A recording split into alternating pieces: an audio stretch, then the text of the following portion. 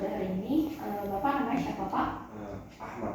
Pak Ahmad. Pak Ahmad umurnya berapa Pak? 60 tahun. 60 tahun. Bapak tinggal di mana saat ini? Di Kuranji loh. Di Kuranji. Saat ini pekerjaannya apa Pak? Saya sehari-hari sebagai supir truk. Supir truk. Kira-kira apa yang membuat Bapak datang pada hari ini Pak? Jadi gini dok, beberapa hari ke belakang, kira seminggu sampai 10 hari ke belakang itu pinggang kanan saya selalu sakit dok. Oh, pinggang kanannya. Ya. Pinggang kanan Bapak selalu sakit itu sakitnya itu terus menerus atau hilang timbul Pak? Hilang timbul sih dok. Hilang timbul ya. Itu posisinya benar-benar di pinggang kanan atau di punggung kanan Pak? Di belakang atau di pinggir? Di pinggir ke bawah. Oh, pinggang ya berarti. Baik. Itu biasanya sekali nyeri itu durasinya berapa lama Pak? Ada yang agak lama, ada yang sebentar sih dok. Oh, oke. Enggak menentu gitu sih. Oke, nyerinya itu seperti nyeri sekali sampai melilit atau nyerinya kayak pegal-pegal aja gitu Pak? Sebenarnya sih pegal-pegal gitu aja sebenarnya. Kalau misalnya Bapak bergerak, itu dia nyerinya berkurang atau bertambah hebat Pak?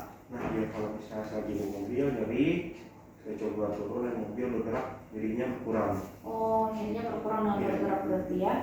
Oke, kira-kira ada waktu-waktu tertentu nggak yang muncul seperti misalnya sore, malam, atau setelah melakukan aktivitas tertentu? Enggak ya? Nggak spesifik ya? Nggak menentu gitu sih.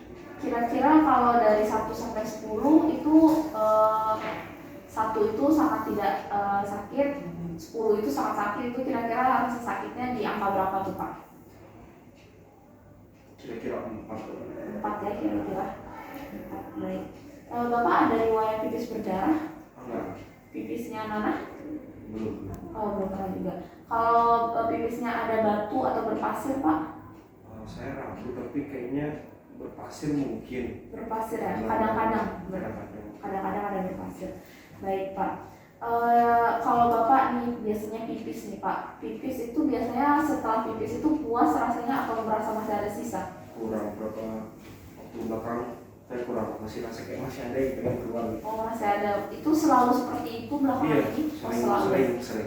Selalu. Baik. Terus pipisnya itu Bapak kira-kira lanjut atau putus-putus Pak pipisnya? Putus ya. Putus. Terus untuk pancarannya sendiri kuat nggak Pak? Kira-kira kalau Bapak pipis nih di lantai kamar mandi itu sampai berbunyi atau tidak? Enggak sekuat dulu sudah. Nggak sekuat dulu, yang berarti udah mulai lemah ya. Baik. Kalau Bapak mau pipis itu harus mulai dengan mengejan terlebih dahulu atau langsung aja pipis? Iya sih agak mengejar gitu. Agak mengejan sedikit ya. Baik. Jadi itu selalu seperti itu? Kalau untuk mengejar sih selalu. Selalu ya, selalu. Kalau Bapak malam hari itu ada nggak Bapak malam hari bangun untuk pipis? Ada. Selalu bangun untuk malam berpipis. Selalu ya. Kalau dalam waktu durasi 2 jam itu kira-kira Bapak ada bangun terus kembali nggak untuk pipis? Kadang enggak. Kadang-kadang ya. Baik. Setelah misalnya Bapak ada menahan pipis nih, saya suruh Bapak kira-kira bisa menahannya, masih bisa atau kalau ditahan malah jadi ngumpul Pak? Kurang bisa sih saya tahan. Kurang bisa ya. Itu selalu seperti itu atau kadang-kadang saja Pak? Iya, agak susah saya buat tahan pipis. Oh, susah ya, oke.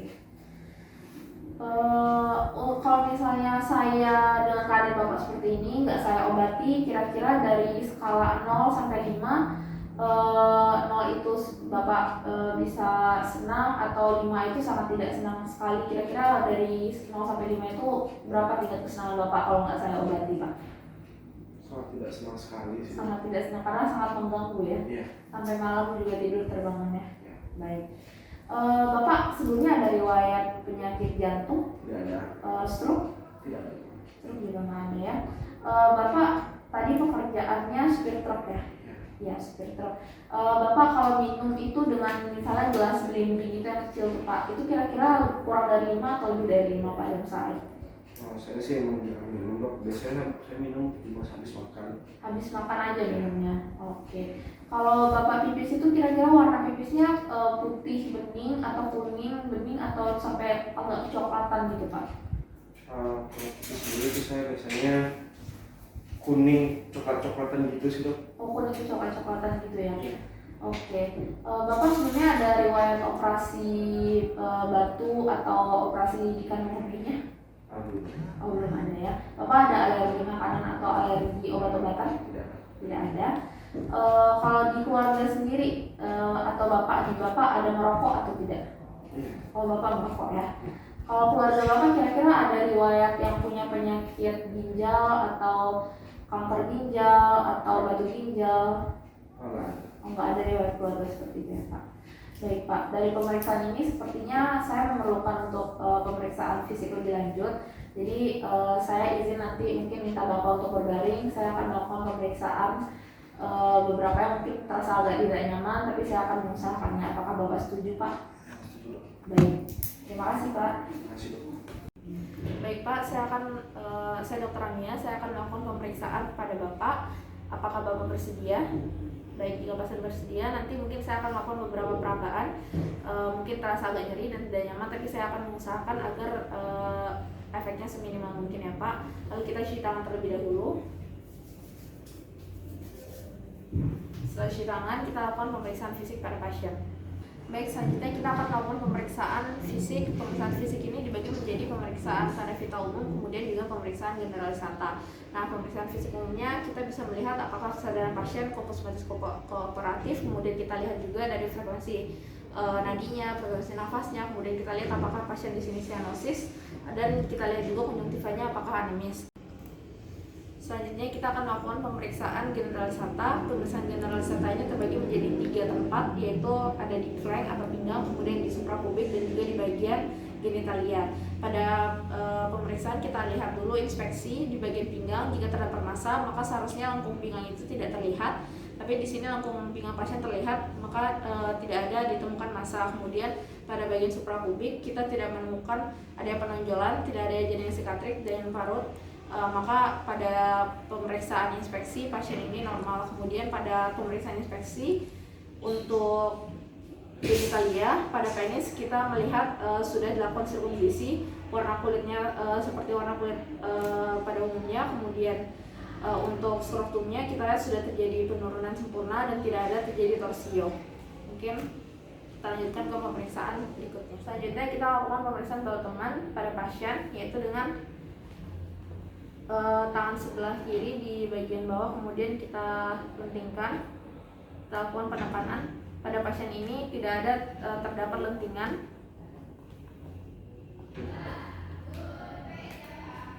Pada pasien ditemukan teman negatif. Selanjutnya kita akan melakukan pemeriksaan nyeri tekan dan nyeri ketok pada pinggang pasien. Di sini kita melihat untuk di bagian nyeri ketok itu dan nyeri tekan bisa kita lakukan di costovertebral angle. Di sini kita lakukan nyeri tekan.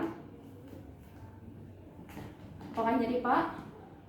Lalu di sebelah kiri juga, apakah nyeri Pak? Jika tidak ada ditemukan nyeri, kita lanjutkan pada pemeriksaan ketok. Pemeriksaan nyeri ketok ini kita lakukan di CPA juga. Apakah nyeri Pak? Lalu kita lakukan di sebelah kontralateralnya juga. Apakah nyeri Pak? Pada pasien kita temukan bahwa pemeriksaan nyeri tekan di kedua sisi negatif menandakan tidak ada peradangan. Lalu kita temukan nyeri ketok positif di sebelah kanan, berarti ada masalah pada ginjal sebelah kanan pasien. Selanjutnya, menurut data yang sudah kita dapatkan, saya akan melakukan pemeriksaan colok dubur. Jadi di sini saya akan memasukkan jari saya ke dalam dubur Bapak. Mungkin nanti terasa agak sedikit tidak nyaman, tapi saya akan menggunakan gel agar terasa tidak nyeri. Apakah Bapak setuju? Jika pasien setuju, kita menyiapkan alat dan bahan, yaitu di sini ada handscoon dan juga gel. Sebelumnya kita melakukan cuci tangan terlebih dahulu. Setelah cuci tangan, kita menggunakan handscoon.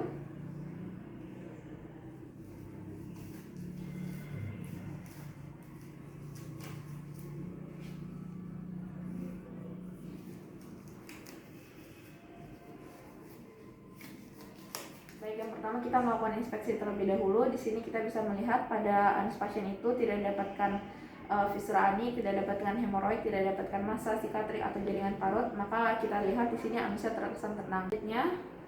Selanjutnya kita akan melakukan pemeriksaan colok dubur. Dan di sini kita akan melakukan menggunakan gel agar terasa tidak nyeri.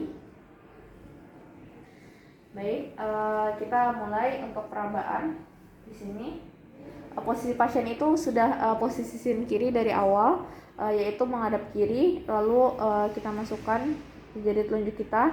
Lalu kita rasakan di sini ada refleks dari anusnya pada saat jari kita masuk. Kemudian kita di sini juga merasakan apakah terdapat, kita nilai rektumnya apakah terdapat massa, kemudian apakah terdapat benjolan, apakah terdapat nodul. Di sini rektum pasien terkesan normal. Ini kita akan melakukan pemeriksaan prostat. Di sini kita meraba prostat, pos mediananya teraba. Kemudian kita di sini untuk pul atasnya juga tercapai.